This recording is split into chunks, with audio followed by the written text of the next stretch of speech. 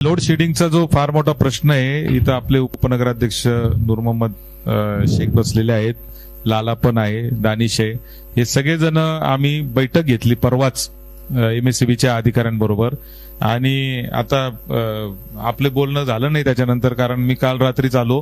पण मी काल मुंबईला देखील महावितरणच्या एमडींबरोबर बैठक याच्या संदर्भात घेतली आणि त्याच्यासाठी एक प्लॅन बनवून आपल्याला घ्यावं लागणार आहे. कारण प्रत्येक गावामध्ये, आपल्या गावात जवळजवळ 150 डीपी आहेत, ट्रान्सफॉर्मर 150, आणि सगळेच्या सगळे 150 ट्रान्सफॉर्मर जे शहरामध्ये आहेत ते सगळे ओव्हरलोड आहे.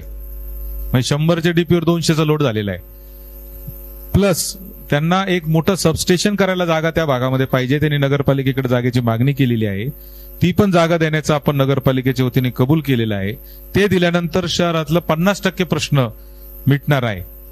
आणि तिसरी मागणी मी त्यांच्याकडे ही पण केलेली आहे की जेवढ्या वायरी वरून आहेत, पोल आणि वायर, त्या सगळ्या अंडरग्राऊंड करायचा जो अर्धवट प्रकल्प मागच्या काळातला राहिलेला आहे तो पूर्ण करावा आणि पूर्ण सगळं लाईट जे आहे त्या अंडरग्राऊंड करावं. अशा 3 गोष्टी आपण त्यांना सांगितल्या आणि त्याच्यावर त्यांनी काम चालू केलेलं आहे.